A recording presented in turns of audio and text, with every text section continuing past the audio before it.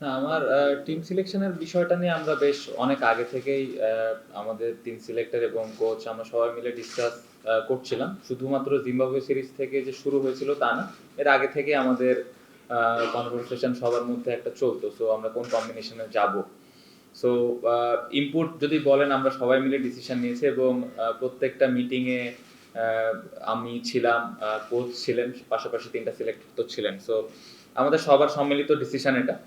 আর সাকিব এবং সাইফুদ্দিনের বিষয়টা যেটা বলবো যে সাইফুদ্দিনের কোচও যেটা মেনশন করলো যে সাকিব আমার মনে হয় যে এখন যে অবস্থায় আছে যে ওর বোলের পেসটা স্বাভাবিকভাবে সাইফুদ্দিনের থেকে বেশি এবং সাইফুদ্দিনের কাছ থেকে যেরকম আমরা আশা করছিলাম বা যেরকম এক্সপেক্ট করছিলাম ওই অনুযায়ী আমার মনে হয় যে একটু কম বেশি ছিল।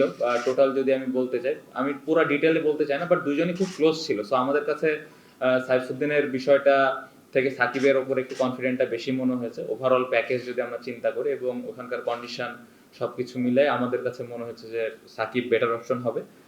লিটন আমাদের খুবই ইম্পর্টেন্ট প্লেয়ার, আমরা সবাই জানি। যদিও রিসেন্টলি কয়েকটা সিরিজ হয়তো ভালো যায়নি, এটা আমি বিশ্বাস করি এটা হতে পারে, প্রত্যেকটা ক্রিকেটারের হতে পারে, বাট লাস্ট মোমেন্টে আমরা কেউই চাইনি যে একটা নতুন প্লেয়ার এসে টিমে হঠাৎ করে চলে আসুক, কারণ যে নতুন প্লেয়ারটা আসবে এরকম একটা বড় ইভেন্টে তার জন্য হয়তো ডিফিকাল্ট হবে। সো এই জন্য আমরা এক্সপিরিয়েন্সটাকে ওইখানে মূল্য দিয়েছি এবং আমি আশা করব যে লিটন ভালো কিছুই করবে ইনশাল্লাহ। আমার কাছে যেটা মনে হয় যে আপনি ব্যাটসম্যান এবং বোলার যদি একসাথে সবার সাথে সবার কম্পেয়ার করতে চান তাহলে খুবই ডিফিকাল্ট।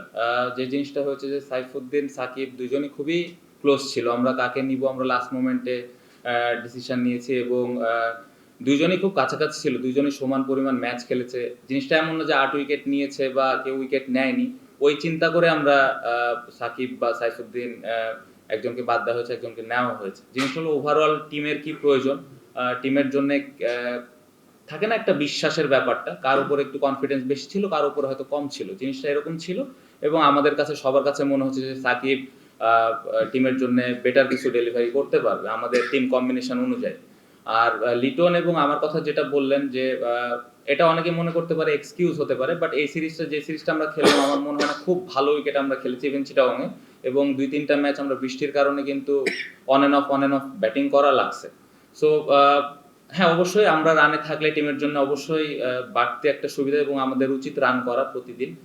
আমি যেটা একটু আগে অ্যান্সার দিলাম লিটনের ব্যাপারে যে লাস্ট মোমেন্টে আমরা চাইনি যে কোনো নতুন একজন প্লেয়ার আসুক।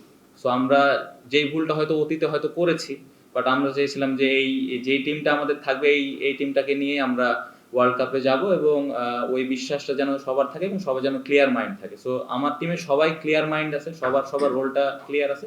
সো আশা করব যে সবাই ওইখানে যে ওইভাবে ডেলিভারি করবে।